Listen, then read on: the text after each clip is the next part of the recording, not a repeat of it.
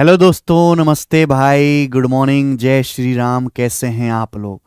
राधे कृष्ण जी। बिल्कुल स्टार्ट करते हैं। आज 15 फरवरी है। जितनी धीरे धीरे जनवरी गई उतनी ही फास्ट फरवरी का महीना जा रहा है।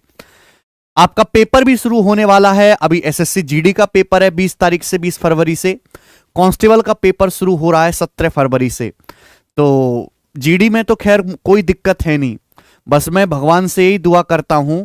अभी थोड़ी देर पहले भी मैंने यही दुआ करी भाई अपनी प्रे में कि कांस्टेबल का पेपर लीक ना हो यूपी में, क्योंकि स्टेट गवर्नमेंट का कोई भरोसा नहीं है। आप भी यही कोशिश करो भाई कि पेपर लीक ना हो, वरना जैसे यूपी के जो एग्जाम है उनका ट्रैक रिकॉर्ड है पिछले 4 साल का, हर पेपर में गड़बड़ी है। कंपटीशन तो छोड़िए, जो बोर्ड के पेपर होते हैं उनमें भी गड़बड़ी है। चलिए मेरे दोस्तों, शुरू करते हैं आज की कहानी। अपन लोग पढ़ रहे हैं, सारा सिलेबस तो हमने खत्म कर दिया। अगर किसी बच्चे को ना पता हो तो मैं बता दूं कि मैंने UP police constable, SSC GD, CRPF, CISF, police दरोगा, इन सभी एग्जाम्स को ध्यान में रखते हुए यूट्यूब पे एक फ्री लाइव बैच करवाया था, जिसमें मैंने सारे चैप्टर करवाए हैं, सारे चैप्टर, और हर एक टाइप को कवर करा है फ्री सभी बच्चों के लिए, मात्र 16-17 क्लासेस में। उसके बाद मैं मॉक टेस्ट सॉल्व करवा रहा हूं। 4 मॉक टेस्ट हम ऑलरेडी कर चुके हैं जो इसी चैनल पे अपलोड है। उनकी सेपरेट प्लेलिस्ट बना दी गई है और ये आज की क्लास में 5वां मॉक टेस्ट है। और मैं हमेशा से कहता हूं कि जो मैं सवाल कराता हूं वो प्रीवियस ईयर के सबसे बेहतरीन, सबसे अच्छे पूछे गए सवालों में से होते हैं, जिनके आने के चांस दोबारा से पेपर में ज्यादा हैं। देखिए, जो बहुत ही इजी फिक्स टाइप के सवाल है उन्हें तो सारी दुनिया कर ही लेगी। हमको उन सवालों पे ध्यान देना है जो थोड़े यूनिक और हटके हैं और जिन्हें बच्चे गलत करके आएंगे। सिलेक्शन उसी बच्चे का होगा जिसको सही कर रहे हैं सभी, वो तो सभी सही कर रहे हैं, लेकिन जिसको कुछ बच्चे नहीं कर पा रहे, गलत कर रहे हैं, अगर आप उस क्वेश्चन को पेपर में सही करके आए तभी तो सिलेक्शन की तरफ बढ़ोगे। और ये मॉक टेस्ट आपको उसी चीज में हेल्प कर रहे हैं कि प्रीवियस ईयर के यूनिक अच्छे अच्छे सवाल आपके सामने लाए जाएं। ओके, तो ये हमारा मॉक टेस्ट नंबर 5 है, जो कि कांस्टेबल और जीडी दोनों ही बच्चों के लिए हेल्पफुल रहेगा। इस वीडियो को ज्यादा से ज्यादा आप अपने दोस्तों के साथ शेयर करें। कपिलेश त्रिवेदी क्या कह रहे हैं, देखो भैया, सर जब आप उत्तर प्रदेश आएंगे तो आपकी गाड़ी पकड़ूंगा और आपके कागज देखूंगा, फिर आपको सैल्यूट करूंगा। अच्छा कपिलेश द्विवेदी जी, बिल्कुल सही, मैं कागज तैयार रखूंगा आपको दिखाने के लिए। द्विवेदी जी, भगवान करे आपका और मेरा भी ये सपना जल्दी पूरा हो। ओके, शुरू करते हैं। क्या आप सवाल करने के लिए तैयार हैं? इनकी पीडीएफ आपको हमारे टेलीग्राम चैनल पे मिलेगी। टेलीग्राम चैनल का जो लिंक है वो डिस्क्रिप्शन में पड़ा हुआ है। Maths by Gagan Pratap Telegram channel का नाम है। जैसे कल चौथा मॉक टेस्ट था मेरे प्यारे भाई, उसकी पीडीएफ भी जैसे मॉक टेस्ट सॉल्व करवा के मैंने यहां पे ये अपलोड करवा दी है। पिछले मॉक टेस्ट की वीडियो का लिंक भी यहां पे पड़ा हुआ है। तो इसलिए मैं सजेस्ट करता हूं कि एसएससी के फील्ड का सबसे बड़ा टेलीग्राम चैनल है, सबसे पॉपुलर है। बच्चों को कोई नोटिफिकेशन चेक करनी होती है, प्रीवियस ईयर की कोई पीडीएफ डाउनलोड करके सवाल प्रैक्टिस करने होते हैं, तो इसी टेलीग्राम चैनल से करते हैं। तो इसको आप जरूर ज्वाइन कर लीजिए। सभी बच्चे, सभी के लिए मस्ट डू है मेरे दोस्त। ओके, अब आपके सामने सवाल आएगा, कॉपी पेन लेके बैठिए, एक एक क्वेश्चन को आप मेरे साथ साथ सॉल्व करेंगे।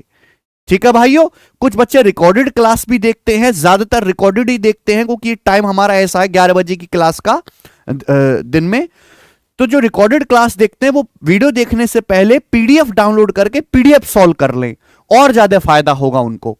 ठीक है, चलिए आते हैं। सवाल नंबर 1 से बनाइए, जो कि हमारे जीडी के पेपर का है। करो बच्चों।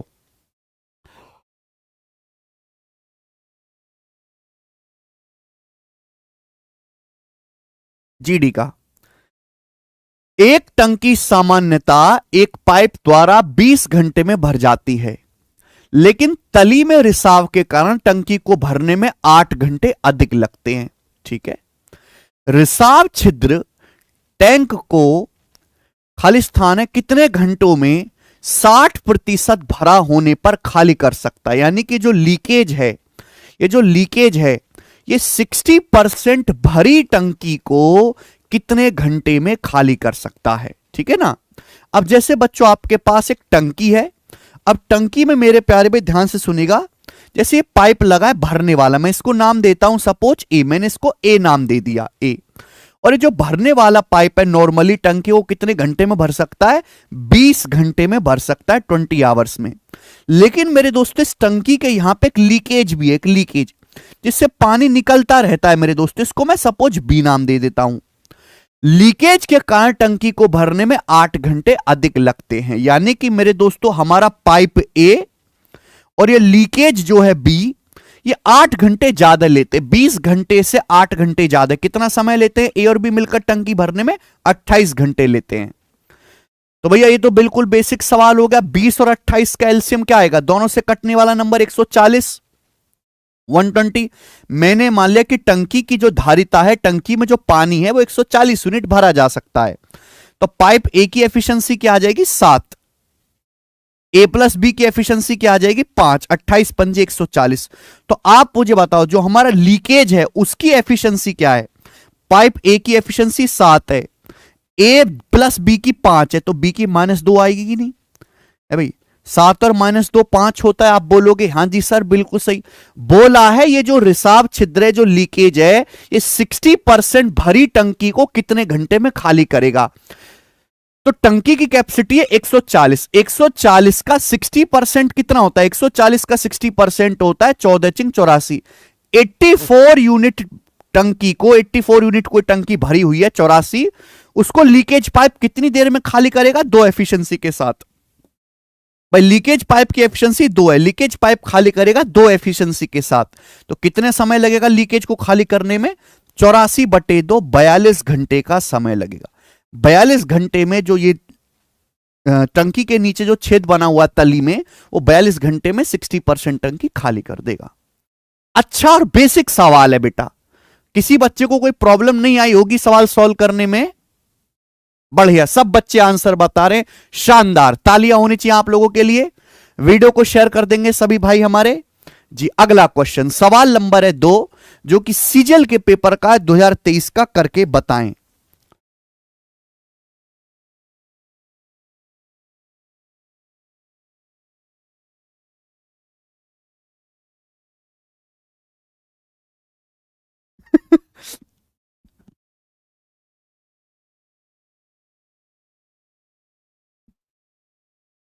करिए जी। सवाल बहुत ही बेहतरीन है, यूनिक है, क्योंकि ये 2023 के हर पेपर में ऐसा सवाल आया था, इसलिए मैं आपको करवा रहा हूं। 2023 के एसएससी के जितने भी पेपर हुए थे उनमें ये क्वेश्चन आया था, इसलिए मैं आपसे भी कह रहा हूं करने के लिए इस सवाल को। बताइए जी। आदित्य ने 1100 रुपए में 300 आम खरीदे। ठीक है, 1100 रुपए देके आदित्य ने 300 आम खरीद लिए। इनमें से कुछ आम सड़े हुए हैं और उन आमों को फेंक दिया। ठीक है, वह बाकी आमों को 5 रुपए प्रत्येक आम पर बेचता है। तो बाकी जो बचे आम हैं उनमें से हर एक आम को मेरे दोस्तों 5-5 रुपए का बेच दिया, हर आम को 5 रुपए का बेच दिया। और आदित्य ने 150 रुपए का लाभ कमाया, 150 का प्रॉफिट कमाया। तो आपसे पूछा फेंके गए आमों का परसेंटेज क्या है, कितने प्रतिशत आम आदित्य ने फेंके हैं, यह पूछा गया। अब सुनो भाई, एक आदमी ने आम खरीदे 300, कितने रुपए में? 1100 रुपए में। 1100 रुपए में आम खरीदे और 150 रुपए का फायदा कमाया आदित्य ने। तो आदित्य ने आम बेचे कितने में होंगे? 1100 जमा 150, यानी कि 1250 रुपए में। आदित्य ने 1250 रुपए में आम बेचे होंगे। 1100 रुपए के आम खरीदे थे 300, कुछ आम सड़ रहे वो फेंक दिए, और बाकी आमों को बेचा 5-5 रुपए का एक आम, 150 रुपए का फायदा कमाया। तो बेचे कितने को? 1100 में खरीदे थे, 150 का फायदा कमाया, 1100 में 150 जोड़ेंगे 1250 रुपए में आम बेचे होंगे। अच्छा, हर एक आम कितने का बेचा है? 5 रुपए का। अगर एक आम 5 रुपए का बेच रहा है तो 1250 रुपए में इसका मतलब कितने आम बेचे होंगे? आदित्य ने कितने आम बेचे हैं? 1250/5 यानी कि 250, यानी कि आदित्य ने 250 आम बेचे हैं। क्लियर है? बोलो, कोई दिक्कत, कोई तकलीफ, समस्या, परेशानी इसमें? भाई एक आम 5 रुपए का बेच रहा है तो 1250 रुपए में टोटल आम बेचे तो 250 आम बेचे होंगे। आदित्य ने आम खरीदे कितने थे? 300। आदित्य ने कितने आम खरीदे थे भाई? 300 आम खरीदे थे। 300 में से आदित्य ने केवल 250 ही आम बेचे हैं। आदित्य ने केवल 250 ही आम बेचे हैं। तो बाकी के 50 आम कहां गए? बाकी के ही 50 आम सड़ गए होंगे, उनको फेंक दिया गया। तो 300 आम आदित्य ने खरीदे थे, बेचे केवल 250 हैं, तो बाकी के जो 50 आम बचे, 300 में से 250 घटाइए, वो 50 आम मेरे दोस्तों सड़ गए थे और इसकी वजह से उन्हें फेंक दिया गया। ठीक है भाई, तो आपसे पूछा फेंके आमों का परसेंटेज क्या होगा, तो आ जाएगा 1/6। 1/6 आम आदित्य ने फेंके हैं, 1/6 को परसेंटेज में 16 सही 2/3% कहते हैं। बताइए, मजा आया? अच्छा, बेसिक सवाल, प्यारा सवाल आप लोगों के सामने है।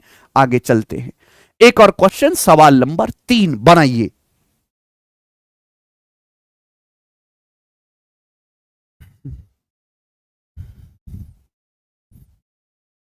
सवाल नंबर 3 कौन करेगा?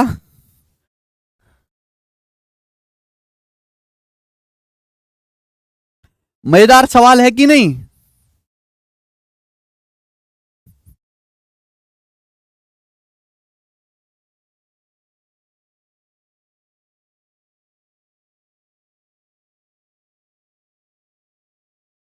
हलवा था ना सवाल आदर्श तिवारी, बस देखने में अलग सा है, वैसे सॉल्व करने बैठेंगे तो हलवा है, एकदम सरल। ये तो बहुत ही पॉपुलर क्वेश्चन है, हद से ज्यादा पॉपुलर। देखिए, जीडी के पेपर का लेवल वही है जो आपके कांस्टेबल के पेपर का है। जीडी के सवाल और दिल्ली पुलिस कांस्टेबल का जो भी पेपर हुआ था, इसके सवाल जरूर प्रैक्टिस करने आपको बहुत जरूरी है। ये लेवल रहने वाला है आपके एग्जाम का। आप 2018 में जो कांस्टेबल का पेपर हुआ था उससे तुलना मत करने लगना कि आज भी ऐसा ही पेपर आएगा ना। 5 साल में चीजें बहुत चेंज हो गई, सरकार भी बदल गई है बेटे। 2400 रुपए क्रिय मूल्य वाली एक वस्तु पर 20% छूट देने के बाद 16% लाभ प्राप्त करने के लिए दुकानदार को उस पर कितना मूल्य अंकित करना चाहिए? देखो मेरे दोस्तों, सवाल में एक वस्तु का क्रिय मूल्य दे रखा है, 2400 रुपए क्रिय मूल्य वाली एक वस्तु है। इस वस्तु पर हम 20% की छूट देते हैं। 20% की छूट देने के बाद भी 16% लाभ हम कमाना चाहते हैं, 16% लाभ कमाना चाहते हैं। तो पूछा है वस्तु पर कितना मूल्य अंकित करना चाहिए। क्या ये कीवर्ड्स आपको दिखाई नहीं दे रहे? किसी भी सवाल में अगर प्रॉफिट परसेंटेज दिया है, डिस्काउंट परसेंटेज दिया है, तो वहां हम सीपी से एमपी का रेशियो आसानी से निकाल सकते हैं। सीपी से एमपी का रेशियो फॉर्मूला होता है, मैं कई बार बता चुका हूं, 100 minus D upon 100 plus P. 100 minus D upon 100 plus P, discount है 20, प्रॉफिट है 16 अपॉन 100 प्लस 16, ये आ जाएगा बच्चों 100 minus D upon 100 plus P. ये क्रिय मूल्य से अंकित मूल्य का अनुपात आ जाएगा। तो 100 माइनस 20 80, 80 बटे मेरे दोस्तों 116 आ गया। 100 माइनस 20 80 बटे 116 किससे जा रहा है बच्चे? ये 5 से कट जाएगा, ये 5 से कट जाएगा मेरे दोस्तों। 16 बार ये 5, सॉरी 5 से नहीं, ये किससे कटेगा? 4 से कटेगा। ये 4 से कटेगा 20 बार, ये जाएगा मेरे दोस्तों 29 बार, तो आ जाएगा 20 बटे 29 क्रिय मूल्य से अंकित मूल्य का अनुपात।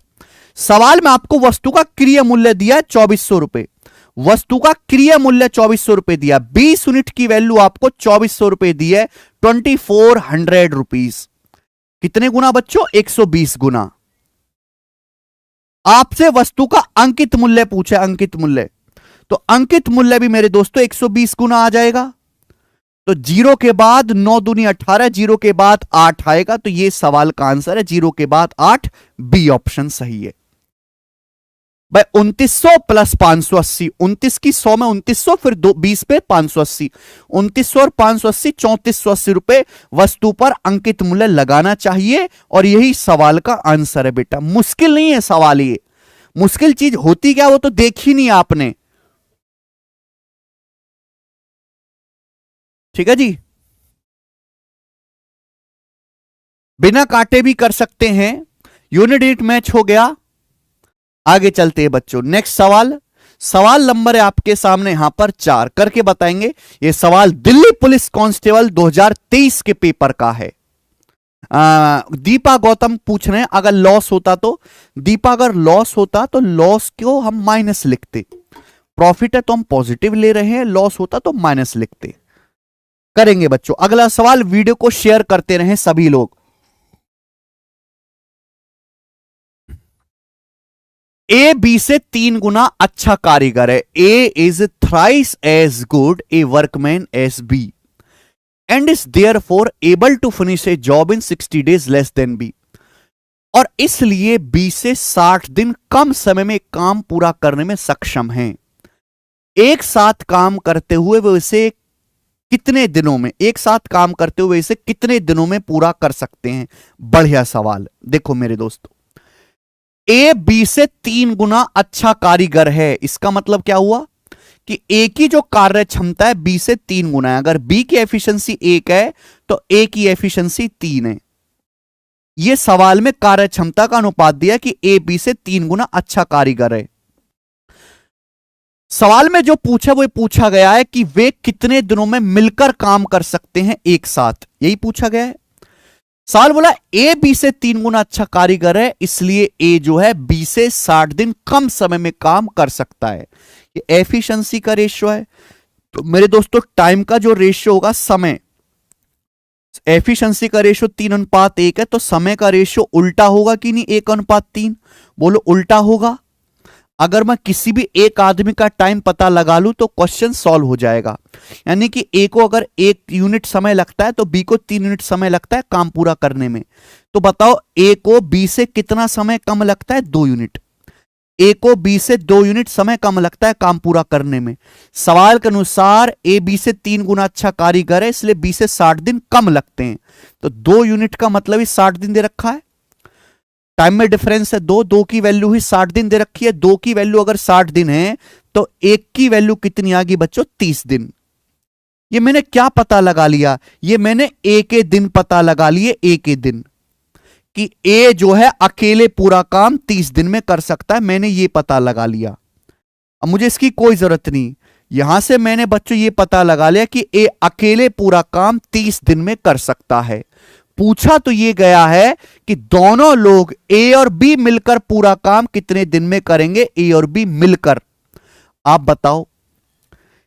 ए जो है बेचारा एक दिन में 3 चेयर बनाता है, 3 यूनिट काम करता है। ए पूरा काम करता है 30 दिन में। ए जो है एक दिन में 3 यूनिट काम करता है और ये पूरा काम 30 दिन में करता है। तो टोटल वर्क आ गया बच्चों, ये टोटल वर्क आ गया, कुल कार्य आ गया। अगर इस टोटल वर्क को ए और बी मिलकर करेंगे तो ए और बी मिलकर करेंगे 3 और 1 4 एफिशिएंसी के साथ। 3 और 1 4 तो कितना समय लगेगा? बटे 4। तो 30 3 90/4। 90/4 क्या होता है? 22.5 दिन। तो 22.5 दिन में ए और बी मिलकर पूरा काम कर सकते हैं और इस सवाल का आंसर हो जाएगा बी ऑप्शन दे रखा है 22.5 दिन। बताइएगा।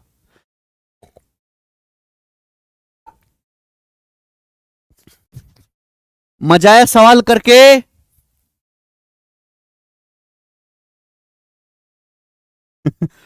बहुत बढ़िया सवाल है मेरे प्यारे बच्चों। आगे चलते हैं।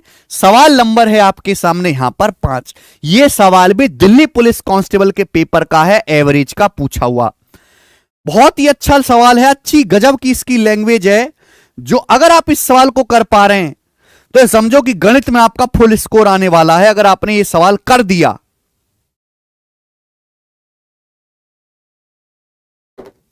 फुल स्कोर बनेगा आपका मैथ में।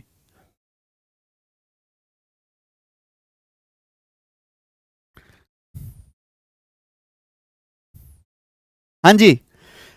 15 आदमियों में से पहले 14 आदमियों का एवरेज वजन 80 किलोग्राम है। 15 आदमी है हमारे पास। 15 में से पहले 14 आदमियों का औसत वजन 80 किलोग्राम है।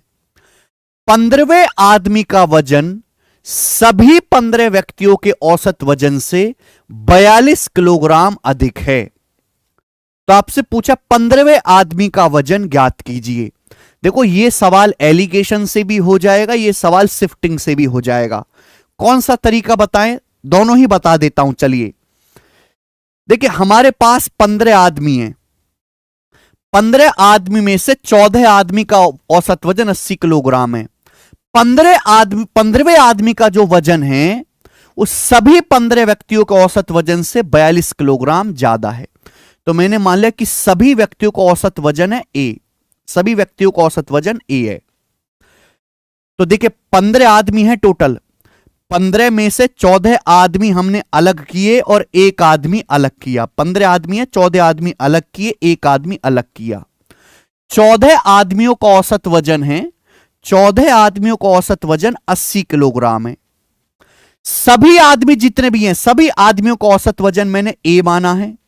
तो जो हमारा 15वां आदमी है, जो 15वां व्यक्ति है, 15वें व्यक्ति का वजन सवाल में पढ़िए, 15वें व्यक्ति का जो वजन है सभी 15 लोगों के औसत वजन से 42 किलोग्राम ज्यादा है।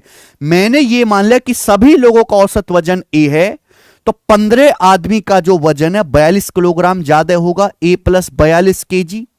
आप बोलोगे हां जी सर बिल्कुल से, एलिगेशन नहीं आ गया। एवरेज वेट औसत वजन पे एलिगेशन लगाएंगे तो लोगों की संख्या का अनुपात आ जाएगा। बोलो हां, आप बोलोगे हां जी सर। भाई यहां से घटाओगे तो कितना आएगा मेरे दोस्तों, 42। 14 की वैल्यू अगर 42 है 3 गुना, तो 1 की वैल्यू 3 है, 1 की वैल्यू 3 है। अब आप खुद सोचो, ये ए से बड़ी संख्या है मेरे प्यारे भाई, ये ए से बड़ी संख्या है, तो ये ए से छोटा होगा 80 है भाई। ये ए से बड़ी संख्या है, ए प्लस 42, तो ए से छोटा होगा 80, यानी कि मेरे दोस्तों यहां ये क्या आएगा, 80 से 3 बड़ा, ए की वैल्यू आ गई 83।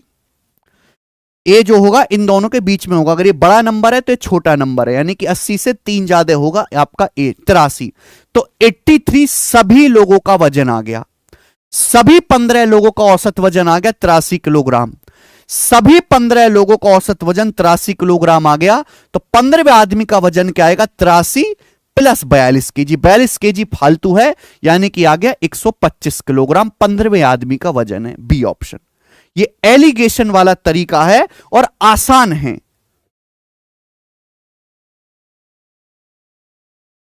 ठीक है मेरे दोस्तों, आप बोलोगे हां जी सर बिल्कुल सही, कोई प्रॉब्लम नहीं है।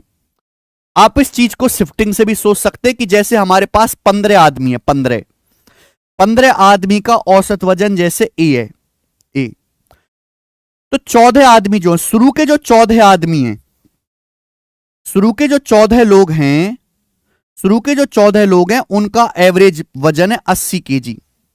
जो 15वां आदमी है, 15वां आदमी, उसका जो एवरेज वजन है वो सभी लोगों के औसत वजन से 42 किलोग्राम ज्यादा है, 42 किलोग्राम ज्यादा है जो हमारा 15वां आदमी है।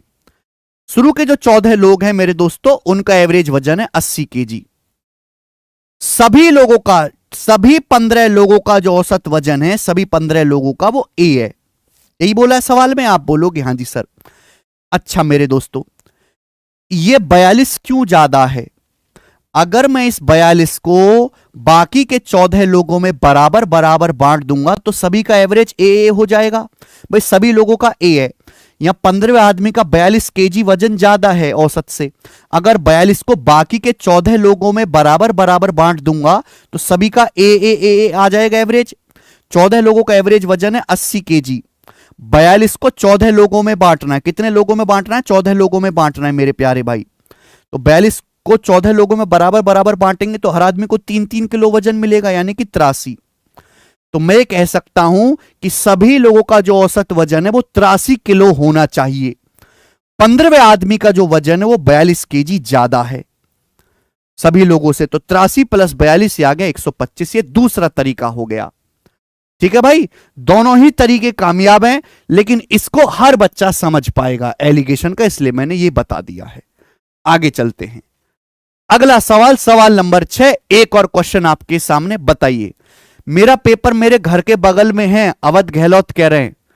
वाह बेटे गहलोत जी, फिर तो मजे मजे आपके, लग रहा है गहलोत जी व्यवस्था हो गई है। बढ़िया अरविंद राजपूत जी, करें।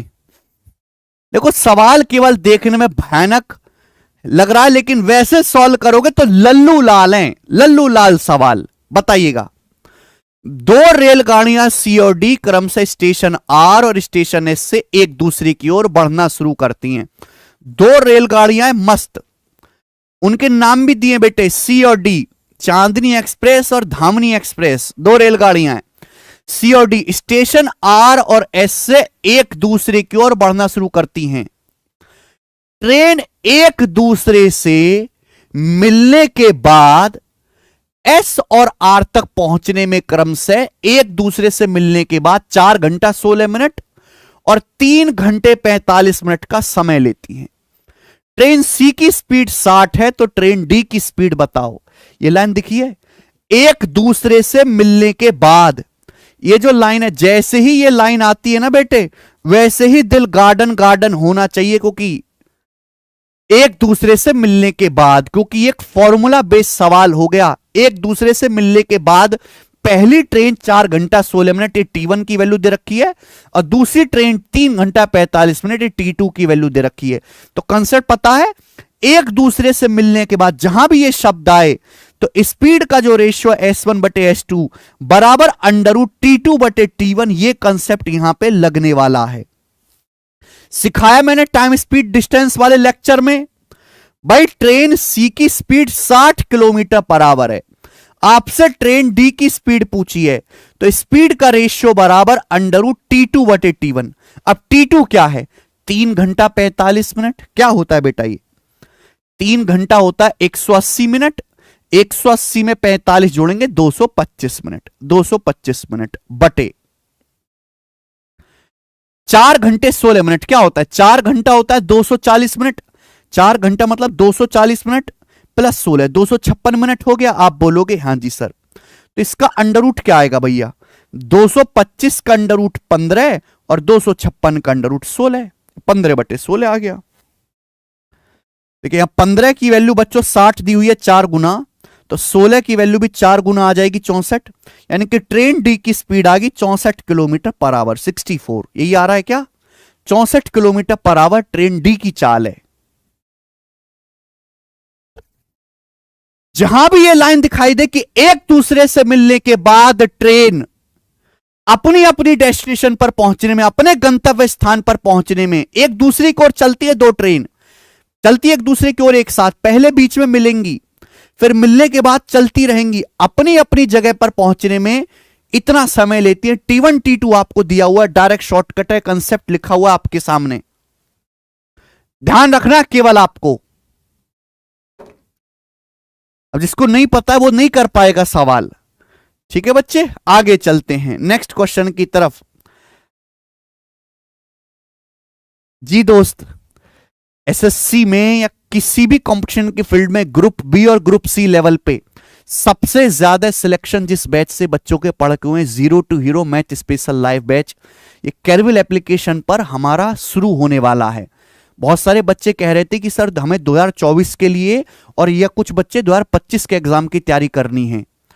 अगर आपको गणित से जरा सा भी डर लगता है और आप चाहते हो कि हमको अलग से कोई किताब प्रैक्टिस ना करनी पड़े, कोई पीडीएफ ना बनानी पड़े, कोई मोटी बुक ना खरीदनी पड़े, हमको घर पे जाके अलग से कुछ ना पढ़ना पड़े, मैं गूगल पे सर्च ना करना पड़े, तो आप कैरविल एप्लीकेशन पे इस बैच को लेके हमारे साथ पढ़ाई करो भाई।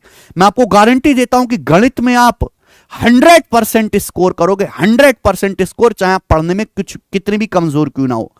ये पूरा बैच करने के बाद आपको मैथ्स का practice, crash course, capsule batch, ये सब कुछ फर्जी चीज करने की जरूरत नहीं, केवल एक बार टिक के पढ़ना है, zero to hero.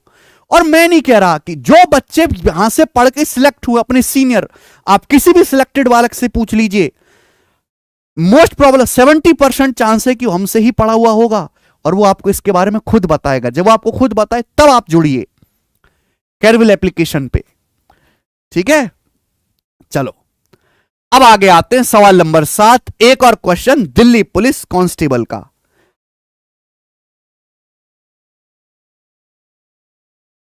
Sir mensuration नहीं आता। रवि पांडे जी, मेंसुरेशन में क्या है? पहला फॉर्मूले याद कर लीजिए। आपके एग्जाम लेवल पे अगर आपको केवल फॉर्मूले भी याद हैं तो भी काफी हैं। हिट सॉन्ग 90 मिलियन कह रहे हैं मेरा पेपर मेरे ही कॉलेज में। बेटे लग रहा तुम हिट करने वाले हो टारगेट को। फिर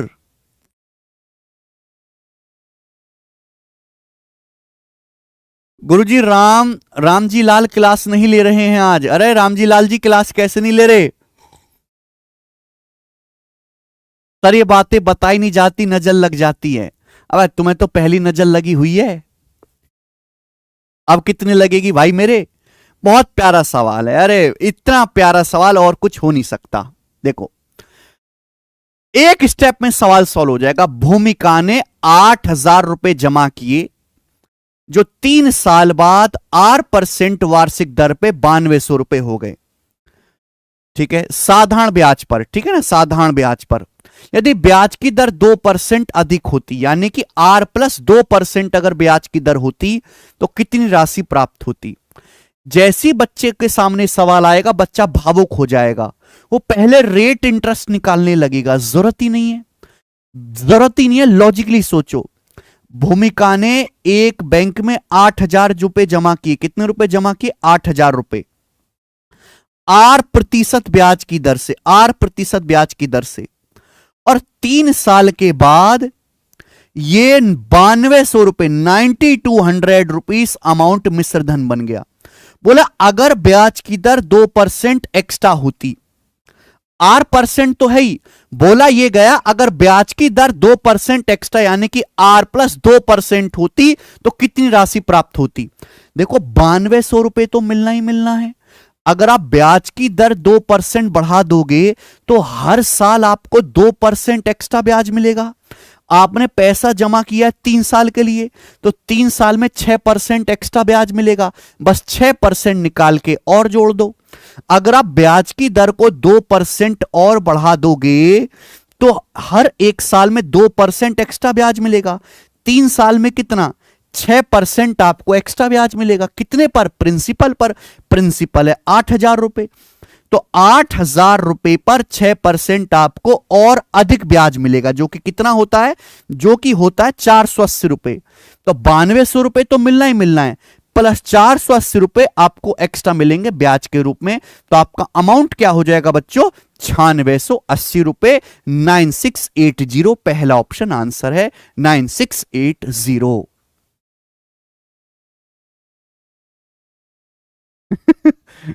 अरे बात आई समझ में? बढ़िया, बेसिक सा सवाल है मेरे दोस्तों, ये सब चीज लिखने की जरूरत नहीं है, इतना करना था केवल पेपर में, मात्र ये सॉल्यूशन है इस सवाल का। आगे चलते हैं। सवाल नंबर है बच्चे आपके सामने यहां पर 8 करके बताएंगे, जो कि हमारे सीपीओ के पेपर का सवाल है। करो।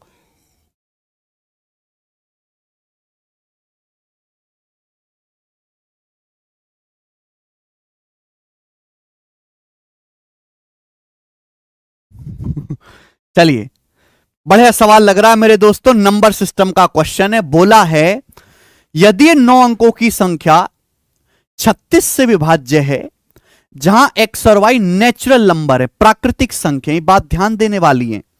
एक्स और Y natural number, natural number जानते हैं 1 2 3 4 5 6 7 8 9।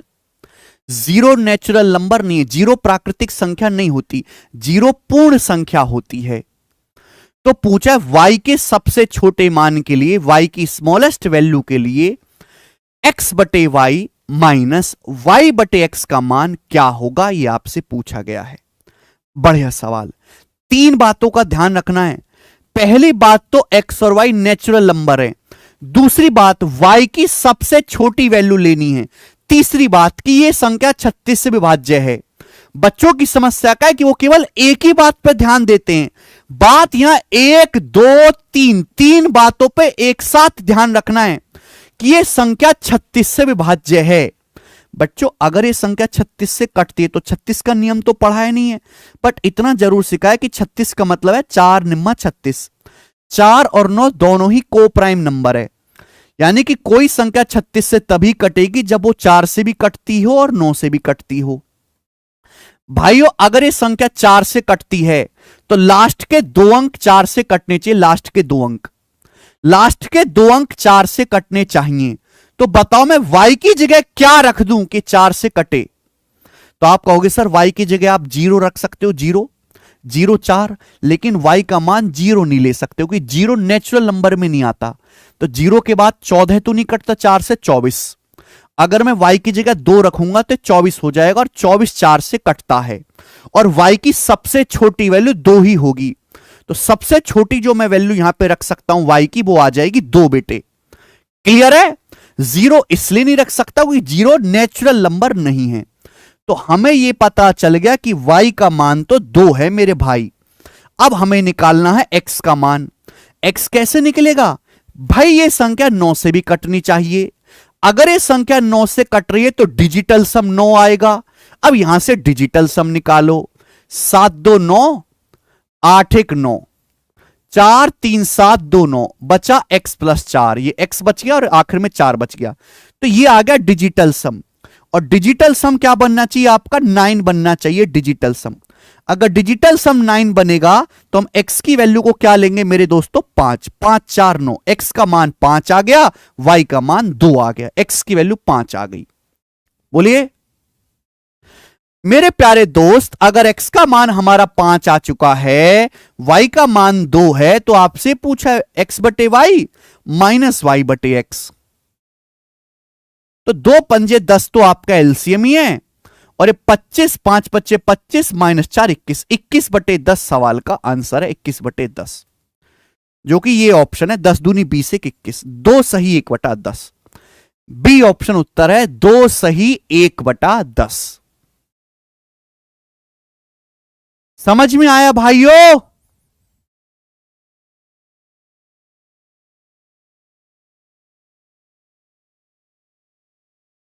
Thank you Pankaj Kushwaha. Sir मेरा पेपर मेरे घर के पास में ही है। भाई घर के पास वालों पकड़ो पहले। जिन बच्चों का पेपर उनके खुद के स्कूल में, उनके कॉलेज में, उनके घर के पास गया है, मैं दरख्वास्त करूंगा प्रशासन से इनको तुरंत पकड़ा जाए। ये संदिग्ध हो सकते हैं। आगे चलेंगे। सवाल नंबर 9। चले कौन करेगा? ये सवाल सीएचएसएल के पेपर का है 2023 का। बिल्कुल सरल सवाल है बेटे। इतना सरल सवाल तो बन ही नहीं सकता कोई। बनाएं।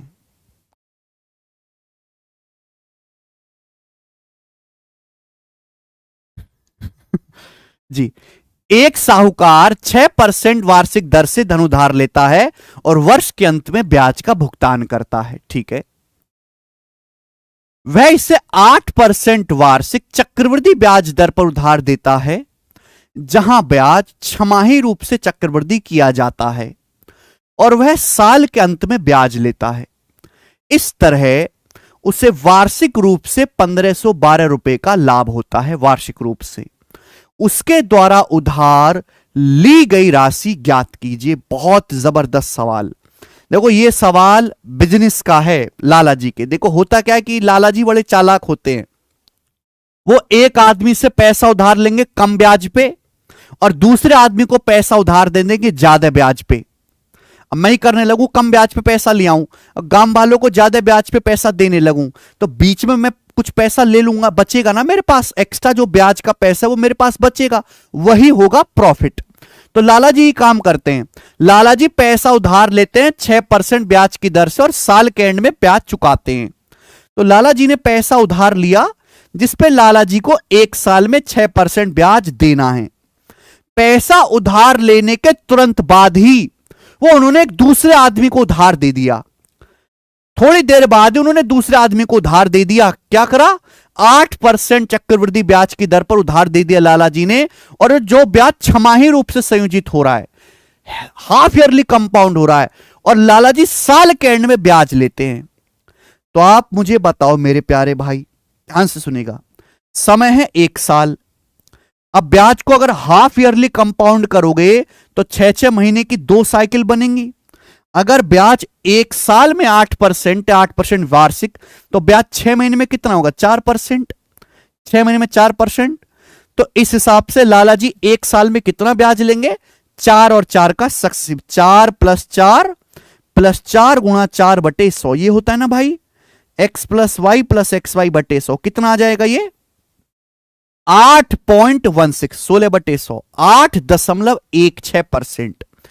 8.16% लाला जी जो है ब्याज लेंगे। तो लाला जी पैसा उधार लेके आए थे 6% ब्याज की दर से।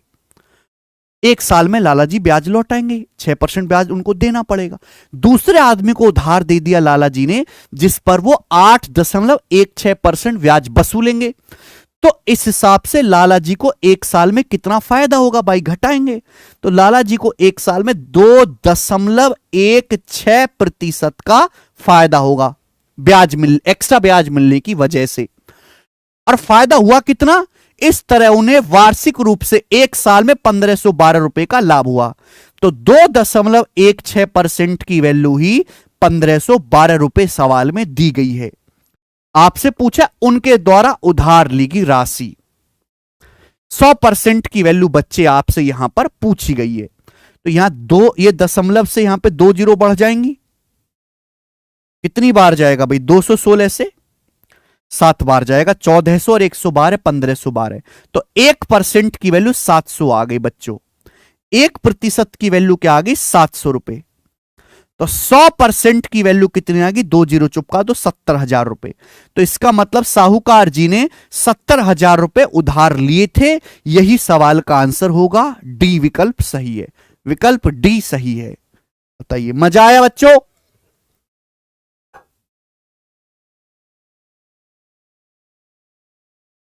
क्लियर? नेक्स्ट आगे चलते हैं भाई मेरे। सवाल नंबर है 10, करेंगे दोस्त। सवाल नंबर 10 आसान सवाल है, जल्दी जल्दी करेंगे।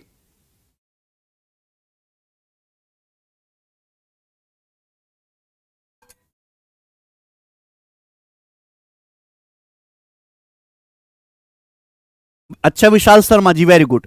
सवाल है यूपी पुलिस दरोगा का। बेटा ये सवाल करोगे तो कांस्टेबल तो बनेगा ही, अगली भर्ती आएगी तो दरोगा भी बनोगे। बताइए जी। अच्छा, हरिओम और सोमवीर 250 प्लस स्कोर कर रहे हैं, इनका कुछ करना पड़ेगा। बताइए, एक किंडल को 25% के लाभ पर $1325 में बेचे, डॉलर का साइन बेचा जाता है। यदि इसे $742 में बेचा जाएगा तो वास्तविक लाभ या हानि क्या होती? बढ़िया सवाल।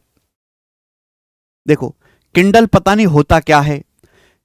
एक किंडल को, एक वस्तु को जब हम $1325 में बेचते हैं तो 25% का लाभ होता है। बोला अगर हम इसी वस्तु को $742 में बेचेंगे तो कितने परसेंट का प्रॉफिट या लॉस होगा? देखो मेरे दोस्तों, लॉस या प्रॉफिट किस पे होता है? क्रिय मूल्य पे। क्रिय मूल्य क्या होता है? 100%। 100% से जितना ज्यादा है वो प्रॉफिट, 100% से जितना कम वो लॉस। आपसे यहां परसेंटेज पूछा है। आपने एक वस्तु को $1325 में बेचा और ₹1325 में बेचने से आपको 25% का लाभ हुआ। कितने का लाभ हुआ? 25% का लाभ हुआ। तो सामान बिका कितने में? 100% पे 25% का लाभ हुआ, तो सामान 125% में बिका है, 125% में। तो 1325 जो है वो 125% की वैल्यू है। तो $1 की वैल्यू कितनी है? $1 की वैल्यू कितनी है बटे 1325, ये आ गया। आपसे पूछा अगर सामान को 742 पे बेचा जाए तो कितना लाभ या हानि होगी? तो आप बताओ $742 की वैल्यू कितनी है? बोलिए, $742 की वैल्यू कितनी है? तो मल्टीप्लाई बाई 742। ये जस्ट एक स्टेप आपको करना था मेरे दोस्तों। बताओ क्या आएगा ये? देखो 25 से तो जाएगा ही जाएगा, 25 पंजे 125, 25 पंजे 125, 7 25 तिया 75। 53 प्राइम नंबर है, कटेगा जरूर।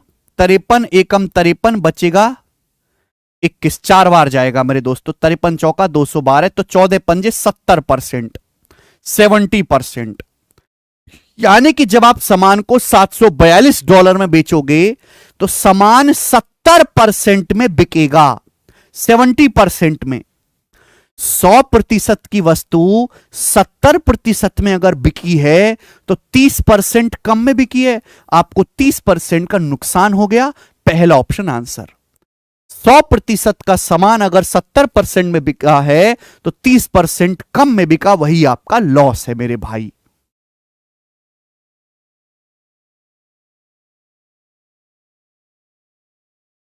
बोलिए।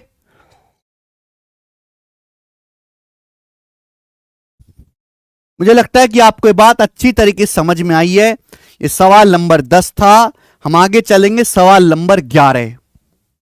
बढ़िया, ये सवाल जीडी के पेपर का है, करके बताएंगे।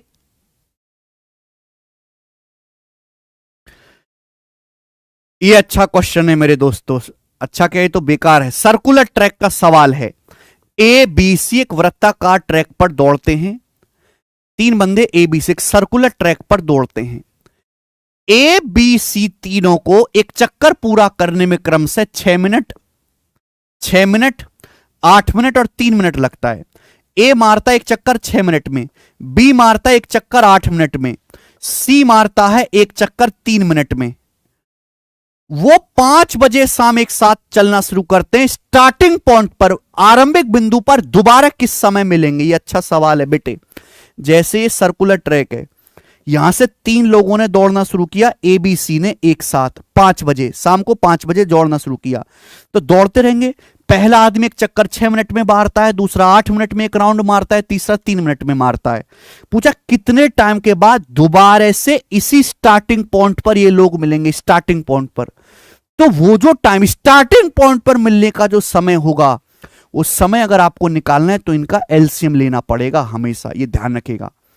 6, 8, 3 का एलसीएम होता है 24 मिनट, यानी कि 24 मिनट के बाद ये तीनों लोग दोबारा से इसी स्टार्टिंग पॉइंट पर आएंगे। तो कितने बजे मिलेंगे? 5 बजे चलना शुरू किए थे, तो 5:24 पे दोबारा प्रारंभिक बिंदु पर तीनों लोग मिलेंगे। बिल्कुल बेसिक सरल सवाल है, मैं आपको कंसेप्ट भी बता दे रहा हूं, एलसीएम लेना है ऐसे सवालों में। आगे चलते हैं, सवाल नंबर 12 आपके सामने। कौन करेगा मेरे दोस्त? बेहतरीन क्वेश्चन आया है। अब क्या, मेरे मन का सवाल आया है, सिलेक्शन पोस्ट 2022 के पेपर का बनाएं। सवाल को देख के बिल्कुल भी नहीं घबराना है। हैं जी विभूति तिवारी जी, हमने ऑलरेडी टाइम एंड वर्क और मेंसुरेशन करवा दिया है। देखो ये 2 इक्वेशन सॉल्व करने वाला सवाल है। बच्चे ऐसे सवाल जब आते हैं तो एक्स वाई मान के करने लगते हैं, एक्स वाई मान के। एक्स वाई नहीं मानना है। मैं आपको ऐसा तरीका बताऊंगा कि आपको बिल्कुल मजा आ जाएगा, कतई मजा, आनंद आ जाएगा। ध्यान से सुनेगा। सवाल सभी को दिखाई तो दे रहा है, सुनिए। भाग्यनगर के एक बस स्टैंड से अगर हम 2 टिकट लिंगमपल्ली के लिए और 3 टिकट हाईटेक शहर के लिए खरीदते हैं तो कुल कीमत 111 रुपए है। भाग्यनगर हैदराबाद का नाम होने वाला भविष्य में। भाग्यनगर के बस स्टैंड से हम टिकट खरीदते हैं लिंगमपल्ली के लिए, और एक हाईटेक सिटी है एचसी, हाईटेक सिटी के लिए। तो 2 टिकट अगर हम लिंगमपल्ली के और 3 टिकट हाईटेक सिटी के खरीदते हैं तो हमें 111 रुपए देने पड़ते हैं। कुल कीमत कितनी? 111 रुपए। अगर हम लिंगमपल्ली के 4 टिकट, लिंगमपल्ली के 4 टिकट लेंगे, सुनते रहिएगा, सवाल को देखकर घबराने। लिंगमपल्ली के 4 टिकट और हाईटेक सिटी के 5 टिकट खरीदते हैं 5, तो कुल कीमत 197 रुपए होगी। 197 रुपए कुल कीमत होगी, 197 रुपए। तो पूछा है बस स्टैंड से हाईटेक सिटी तक का किराया और बस स्टैंड से लिंगमपल्ली तक के किराए से कितना अधिक है। दोनों के किराए का डिफरेंस आपसे पूछा है। बिल्कुल बेसिक सवाल।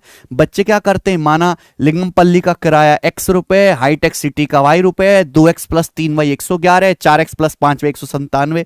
ये सब नहीं करना, थोड़ा सा दिमाग लगाओ, थोड़ा सा दिमाग लगाओ मेरे दोस्तों और सोचो बात को। ये 2 इक्वेशन है, बेसिक सी मुझे सॉल्व करनी है। एक चीज को इक्वल बना लो जिसको बना सकते हैं। 3, 5 का मुश्किल होगा। यहां 4 है, यहां 2 है, तो यहां भी 4 बना लेते हैं। अगर मैं पहली इक्वेशन को 2 से गुणा कर दूं, 2 से गुणा, और 2 से गुणा करके घटा दूं तो हो जाएगा सॉल्व। मैं पहली इक्वेशन को 2 से गुणा करता हूं, देखो ये 2 दूनी 4 हो जाएगा, ये भी 4 हो जाएगा। अब घटा दो, आ जाएगा। बोलो आ जाएगा कि नहीं आ जाएगा? बोलिए आ जाएगा। घटा देंगे, दोनों को घटा देंगे मेरे प्यार भी। तो बताओ 2 दूनी 4, 4 कट जाएगा। ये क्या आएगा? 2 तिया 6, 2 तिया 6 और 5 6, 5 का डिफरेंस 1।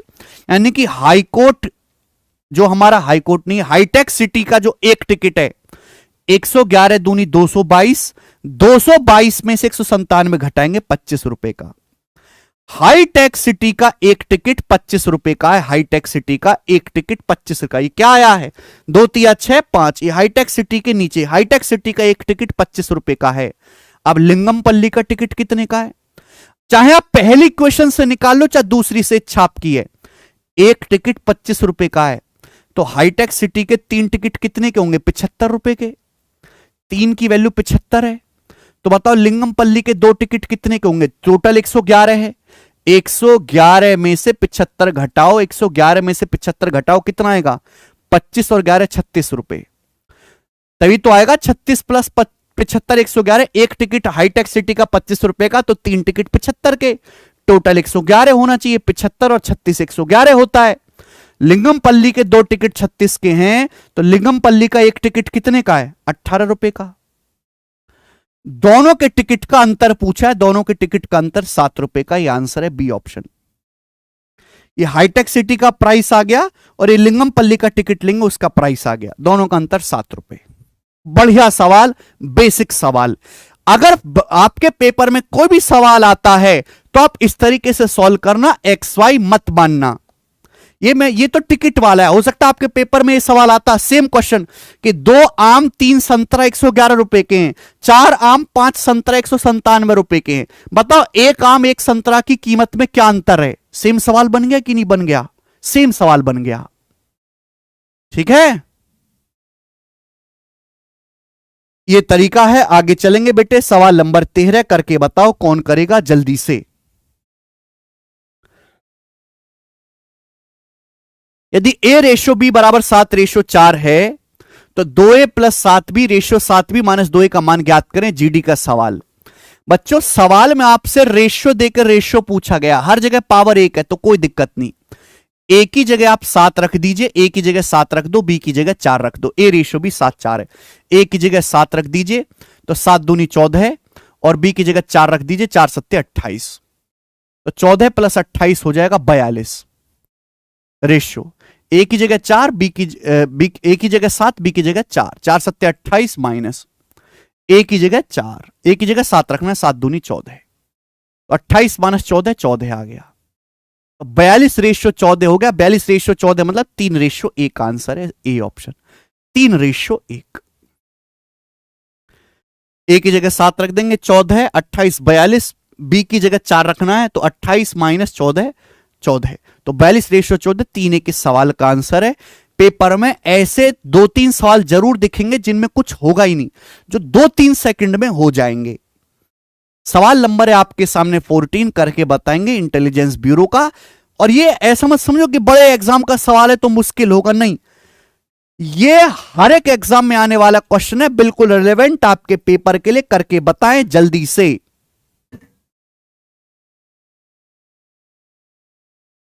बढ़िया सवाल। 7:45 पे पी और आर एक दूसरे से 296 किलोमीटर की दूरी पर हैं। 15 मिनट के बाद पी 32 किलोमीटर पर आवर की स्पीड से आर की ओर बढ़ना शुरू करता है। देखो सबसे पहले मैं आपको चित्र से समझाता हूं तो ही समझ पाओगे। 2 लोग हैं पी और आर, 2 लोग हैं पी और आर, वो एक दूसरे से 296 किलोमीटर की दूरी पर है, 296 किलोमीटर की दूरी पर है। कितने बजे? 7:45 पे। कितने बजे मेरे दोस्तों? 7:45 पे 296 किलोमीटर की दूरी है। 15 मिनट के बाद, तो 15 मिनट के बाद क्या हो जाएगा? 7:45 में 15 मिनट जोड़ेंगे तो कितने बज जाएंगे मेरे दोस्तों? 8 बज जाएंगे, 8 बज जाएंगे। 7:45 में 15 मिनट जोड़ेंगे, 8 बज जाएंगे। 8 बजे के बाद पी 32 की स्पीड से आर की ओर चलना शुरू करता है। तो 8 बजे चलना शुरू करता है पी 32 किलोमीटर पर आवर की स्पीड से आर की ओर। सुबह 8:30 बजे आर 8 किलोमीटर प्रति घंटा की स्पीड से पी की ओर चलना शुरू करता है। किस समय मिलेंगे? तो देखो पी ने 8 बजे चलना शुरू किया, आर ने 8:30 बजे चलना शुरू किया, तो आधे घंटे तक पी अकेले चला है। आधे घंटे तक, बोलो हां, आधे घंटे तक अकेले चला है। भाई पी की स्पीड है 32 किलोमीटर पर आवर, पी की स्पीड 32 किलोमीटर प्रति घंटा है, तो पी आधे घंटे में कितना चलेगा? अगर 1 घंटे में 32 जाता है तो पी आधे घंटे में कितना चलेगा? 16 किलोमीटर। तो पी भाई साहब 16 किलोमीटर चल के यहां आ चुका है, हमारा पी यहां आ चुका है 16 किलोमीटर। 8 बजे से 8:30 बजे तक आधे घंटे पी अकेले चला है। आधे घंटे में पी चलेगा 16 किलोमीटर, यहां आ चुका है, पी चल रहा है 32 की स्पीड से। अब ये आर ने भी चलना शुरू कर दिया, इस धर से आर ने भी चलना शुरू कर दिया, कितने 8 किलोमीटर पर आवर की चाल से, 8 की स्पीड से। ये कितने बजे की कहानी है? ये कहानी 8:30 बजे की है, सुबह के 8:30 बजे की पिक्चर है। 8 बजे के बाद आधा घंटा बीत चुका है। अब दोनों लोग एक दूसरे की ओर चल रहे हैं, दोनों को दूरी कितनी चलनी है? 296 में से 16 घटाएंगे 280, 280 किलोमीटर की दूरी दोनों लोगों को मिलकर चलनी है। कितने टाइम के बाद मिलेंगे? टाइम बराबर डिस्टेंस बटे रिलेटिव स्पीड। डिस्टेंस कितना है? 296 किलोमीटर। दोनों लोग एक दूसरे की ओर चल रहे हैं, तो रिलेटिव स्पीड क्या आएगा? S1 plus S2। S1 plus S2 हो जाएगा बेटे 32 प्लस 8, विपरीत दिशा में 32 प्लस 8 40, 296 नहीं 280, सॉरी भाई, दोनों के बीच की दूरी 280 किलोमीटर है। अब एक दूसरे की ओर चलेंगे, S1 प्लस S2, 32 प्लस 8 40 की स्पीड से। तो कितने समय के बाद मिलेंगे? 7 घंटे के बाद।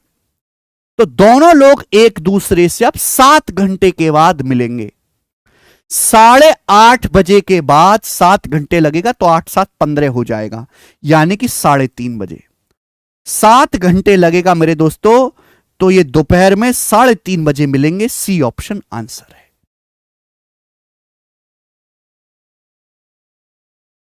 बढ़िया, जबरदस्त, मजेदार, बिल्कुल latest Sachin Kumar ji. New batch में लेटेस्ट ही सवाल होता है। अगर कोई पेपर 10 दिन पहले भी हुआ है तो उसके सवाल भी मैं शीट में अपडेट कर देता हूं, जो हम बैच में पढ़ाते हैं कैरविल एप्लीकेशन पे। जब यूट्यूब पे भी, और यूट्यूब पे भी सबसे पहले अपडेट करते हैं, और एप्लीकेशन की शीट्स में भी। हमसे ज्यादा अपडेटेड आदमी तो कोई है ही नहीं भैया। मोदी जी थोड़ा सा टक्कर दे सकते हैं, और कोई नहीं दे सकता, ये बताइएगा। सवाल एसएससी जीडी के पेपर का है, जो कि 2023 के एग्जाम में आया है। 13 सही 1/2, 9 सही 3/4 और 7 सही 4/5 का चतुर्थानुपाती क्या है? Fourth proportional. कंसेप्ट पता है आपको? 3 संख्याएं दे देगा, ए बी एंड सी, और आपसे इनका फोर्थ प्रोपोर्शनल या हिंदी में चतुर्थानुपाती पूछेगा। कैसे लिखते हैं ये चतुर्था? तो क्या होता है मेरे दोस्तों? ए बी सी 3 संख्याएं देगा, उनका फोर्थ प्रोपोर्शनल होता है BC बटा ए। ये कंसेप्ट है, B गुणा C बटा ए। तो भाई इनकी गुणा करनी है इन दोनों की। ये क्या है? 9 सही 3/4 क्या आएगा? 4 नाम 36 और 3 39/4 इंटू सी। ये क्या आएगा बेटे? 5 सत्ते 35 और 4 39/5 अपॉन ए। ए मतलब मेरे दोस्त क्या है? ये 13 सही 1/2, यानी कि 13 दूनी 26 एक 27/2। ये इन तीनों संख्याओं का फोर्थ प्रोपोर्शनल आ गया। यही आ गया। ये 27/2 जब ऊपर जाएगा तो 2/27 हो जाएगा, 2/27। अब बताओ, ठीक है? काटी लेते बेटा। ये देखो 3 3 से कटेगा, 3 3 से कटेगा 13 और 13, ये कट जाएगा भैया 3 बार, और 2 दूनी 4, तो 13 गुणा 13 169, नीचे आएगा 30, 2 पंजे 10 दिया 30, 169/30 आएगा, बटे 30 आएगा मेरे दोस्तों। तो ये पहला ऑप्शन ही आंसर है, ए ऑप्शन। पहला ऑप्शन इस सवाल का आंसर हो जाएगा 169/30। मजा आया?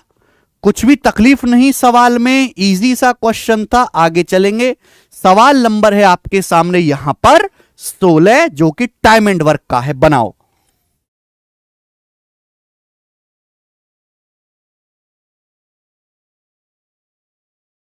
बनाइएगा जी।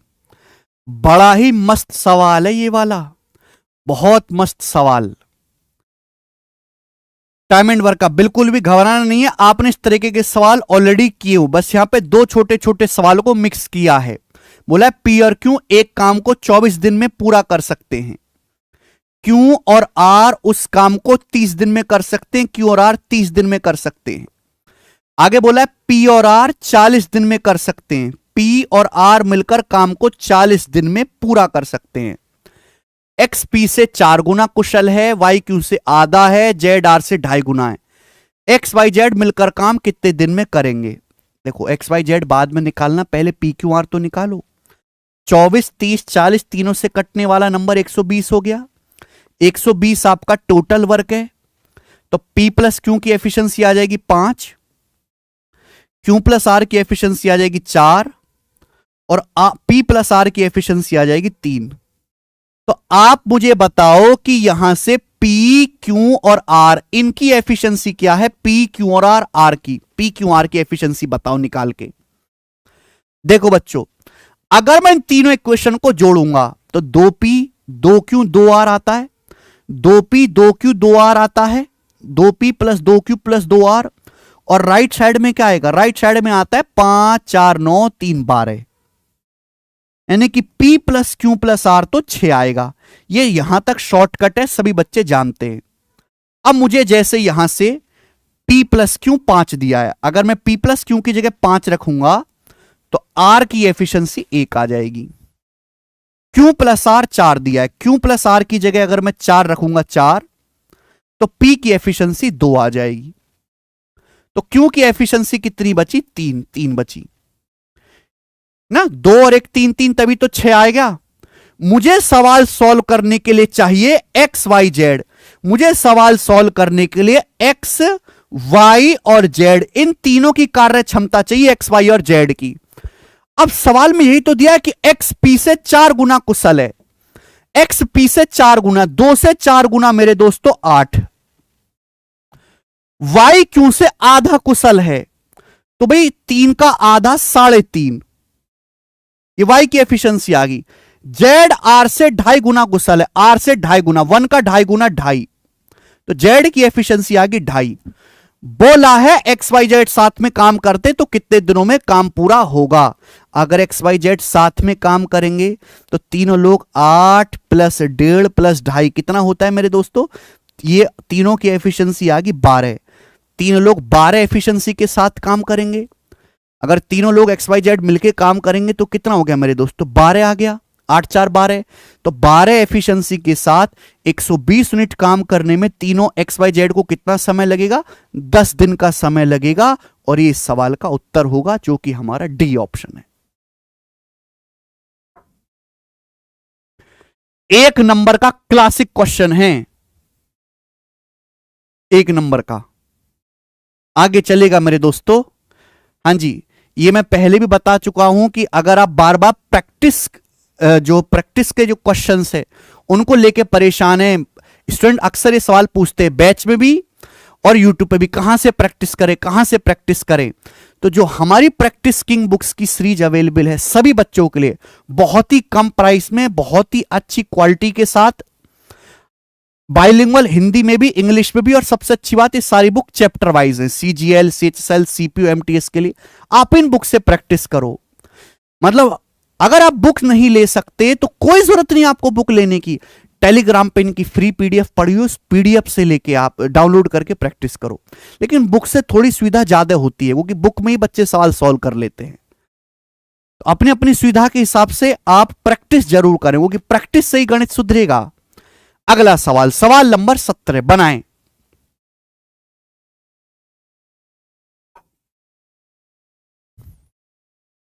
द वैल्यू ऑफ दिस, इसका मान ज्ञात करें। आपके सामने एक सवाल है बच्चे, जो कि सवाल है बोर्ड मास का। अच्छा जी, इसको सॉल्व करना है। तो बोर्ड मास का नियम तो हम जानते हैं। सबसे पहले ये ब्रैकेट बताओ, 9 डिवाइडेड बाई 3 ऑफ 2, पहले डिवाइड फिर मल्टीप्लाई, 9 डिवाइडेड बाई 3, 3 दूनी 6 आएगा। ये बताओ मेरे दोस्तों, ये वाला ब्रैकेट आपको दिखाई दे रहा ऑफ है ना, ये बताइए क्या आएगा? 3 दूनी 6 माइनस 3 में से -8 -5, तो 11 हो जाएगा। 11। अब आप खुद सोचो दोस्तों, 11 डिवाइडेड बाई 4 ऑफ 11, पहले ऑफ सॉल्व होता है फिर डिवाइड, तो 11 डिवाइडेड बाई 4 ऑफ 11, 4 ऑफ 11 क्या होता है? 44, और 11 डिवाइडेड बाई 44 क्या आएगा? 1/4। 11 डिवाइडेड बाई 44 क्या आएगा? 1/4, यानी कि ये चीज जो आ गई यहां से यहां तक की, ये सारी की सारी यहां से यहां तक की जो चीज आ गई ये 1/4 आ गई, 1/4।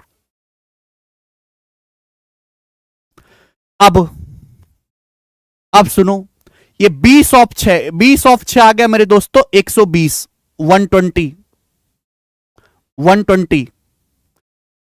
अब मेरे प्यारे भाई एक बताओ, 90 अब पहले डिवाइड है या मल्टीप्लाई है? यहां डिवाइड है मेरे दोस्तों, यहां डिवाइड है। तो आप मुझे बताओ 90 डिवाइडेड बाई 120 क्या आएगा? 90 को अगर 120 से डिवाइड करेंगे तो 3/4 होगा। 30 या 90, 30 चौका 120, 3/4।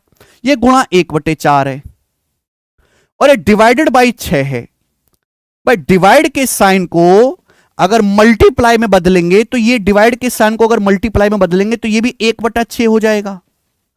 तो 3 से 6 2 बार चला जाएगा, तो आएगा 4 चौक 16 दूनी 32, 1/32। भूल चूक माफ करना अगर हुई हो तो 1/32। यस, बी ऑप्शन है भाई, दिख रहा है, सही है बिल्कुल, 1/32 आया है।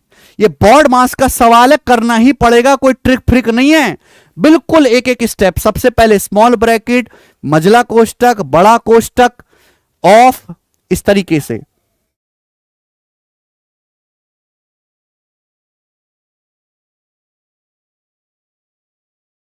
तो सबसे पहले छोटे छोटे ब्रैकेट सॉल्व किए हमने, आगे चलते हैं नेक्स्ट अगले सवाल की तरफ। सवाल नंबर है हमारे पास 18। बनाओ बच्चों, सवाल है एमटीएस के पेपर का जो 2021 में आया है। बहुत मजेदार सवाल है एमटीएस का, ये वाला जो आपके सामने स्क्रीन पर है।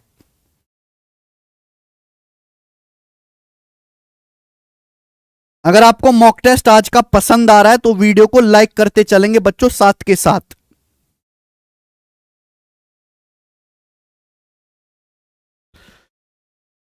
इतना टाइम नहीं है बेटा संजय, बेसिक एडवांस मेथड नहीं, बेस्ट मेथड पढ़ना है, ओनली बेस्ट मेथड।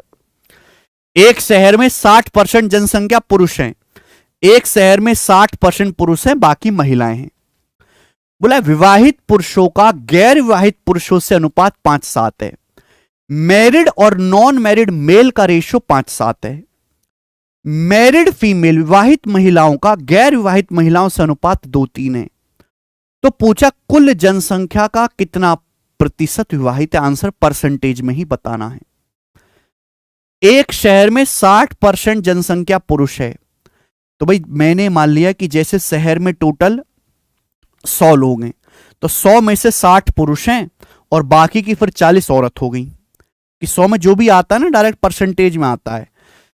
100 में से 60 पुरुष हैं, बाकी की क्या बची? 40 औरत हो गई। अब बोला है ये जो मेल हैं इनमें कुछ शादीशुदा हैं, कुछ अशादीशुदा, कुछ गैर विवाहित हैं। तो शादीशुदा लोगों का जिनकी शादी नहीं हुई है उनसे अनुपात 2:3 है। तो आप मुझे बताओ इन 60 लोगों में से, इन 60 पुरुष में से विवाहित कितने होंगे? ये आप मुझे सोच के बताओ। अगर टोटल 60 पुरुष हैं, 60 पुरुषों में से मैरिड पुरुष और अनमैरिड पुरुष का रेशियो 2:3 कितना है? सॉरी 5:7 है, 5:7 है ये तो पुरुष का। 60 पुरुषों में जो विवाहित हैं और जो अविवाहित है उनका रेशियो 5:7 है। तो विवाहित कितने हुए? अगर मेरे दोस्तों 5 लोगों की शादी हो चुकी है, 7 की नहीं हुई है 60 में से, तो विवाहित कितने हैं? 60 का 5 बटे टोटल कितना आ जाएगा? 12। 60 का 5/12 कितना आता है मेरे दोस्तों? 25। 12 पंजे 60, 5 बच्चे 25। तो 60 में से 25 पुरुषों की शादी हो रखी है। बोला विवाहित महिलाओं का गैर विवाहित महिलाओं से अनुपात 2:3 है। विवाहित महिलाओं का गैर विवाहित महिलाओं से अनुपात 2:3 है। तो बताओ कितनी महिलाओं की शादी हो रखी है? टोटल 40 महिलाएं। 40 में से शादीशुदा कितनी है? 40 में से 2 पार्ट शादीशुदा हैं, आउट ऑफ टोटल 2 और 3 5, 2 + 3 टोटल 5। तो 5 8 40 और 8 दूनी 16, 16 महिलाएं आपकी शादीशुदा हैं। तो कितने लोग शादीशुदा हो गए? कुल जनसंख्या कितना परसेंट विवाहित है? तो 25 + 16 41। 100 लोगों में से 41 लोगों की शादी हो रखी है, तो 41% विवाहित हैं। A option. बताइए कितना सरल सवाल है, एमटीएस का सवाल है तो आप कर ही लोगे, नेक्स्ट एक और क्वेश्चन करेंगे 19वां, जो कि हमारे सीपीओ के पेपर का है। और आपको पता है कि आपके एग्जाम में मेंसुरेशन का एक सवाल आना है, मेंसुरेशन, इसलिए मैं एक ही सवाल करवाता हूं। अलजेब्रा, ज्योमेट्री, ट्रिग्नोमेट्री आपके सिलेबस में नहीं है। बताइएगा। सवाल नंबर 19 सीपीओ का सवाल है, बिल्कुल इजी क्वेश्चन है। देखो, व्यास 2 सेंटीमीटर और लंबाई 45 सेंटीमीटर वाली किसी बेलनाकार धातु को छड़ को पिघलाया जाता है और इससे एक समान मोटाई का और 5 मीटर लंबाई वाला तार बनाया जाता है। तार आपसे पूछा है, तार का व्यास ज्ञात कीजिए। आपसे तार का व्यास पूछा है बेटे। बहुत अच्छा सवाल है, कौन करेगा? जब भी हम एक चीज को पिघला के दूसरी चीज बनाते हैं तो हमेशा वॉल्यूम, आयतन सेम करना होता है। This is the concept. अब हमारे पास एक बेलनाकार धातु है बच्चे, उसका व्यास है 2, लंबाई है 45। व्यास अगर 2 है तो रेडियस 1 सेंटीमीटर है। तो बताओ आयतन क्या होगा? आयतन होगा पाई, व्यास 2 है तो त्रिज्या 1 है, पाई आर स्क्वायर एच। ये आयतन होगा मेरे दोस्तों, और यहां सब कुछ सेंटीमीटर में लिखा हुआ है, सेंटीमीटर में।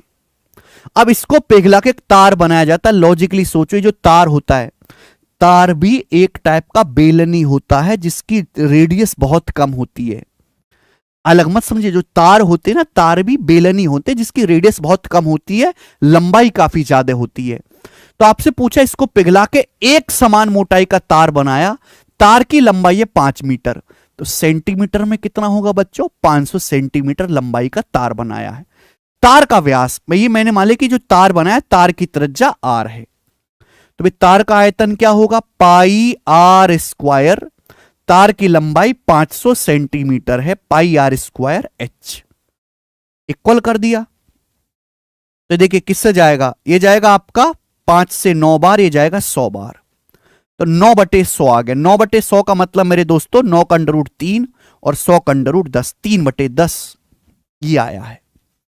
ये आया है मेरे दोस्तों सेंटीमीटर में। आपका आंसर मिलीमीटर में है। अब मिलीमीटर में है तो 1 सेंटीमीटर में 10 मिलीमीटर होते हैं, तो इसको 10 मिलीमीटर से मल्टीप्लाई करना पड़ेगा, ये आएगा 3 मिलीमीटर। तो जो तार है, तार का व्यास, तार की जो त्रिज्या है वो 3 मिलीमीटर है। बहुत सारे बच्चे जो जो उसमें 3 आंसर लगा देंगे, 3 इसका आंसर नहीं है, कि पूछा है तार का व्यास, और जो व्यास होता है ना मेरे दोस्त, वो त्रिज्या का दुगना होता है। 3 का दुगना 6 मिलीमीटर तार का व्यास होगा, 6 मिलीमीटर।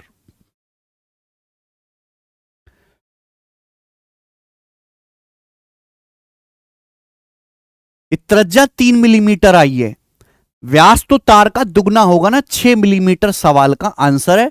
तो एक स्टेप का सवाल है। जब भी ऐसा क्वेश्चन आए कि एक फिगर को पिघला के दूसरी फिगर बनाई है, आपसे कुछ पूछेगा, तो हमेशा आपको आयतन बराबर करना है। आयतन, एरिया नहीं, आयतन बराबर करना है, और आपका सवाल सॉल्व हो जाएगा, चाहे कैसा भी क्वेश्चन हो।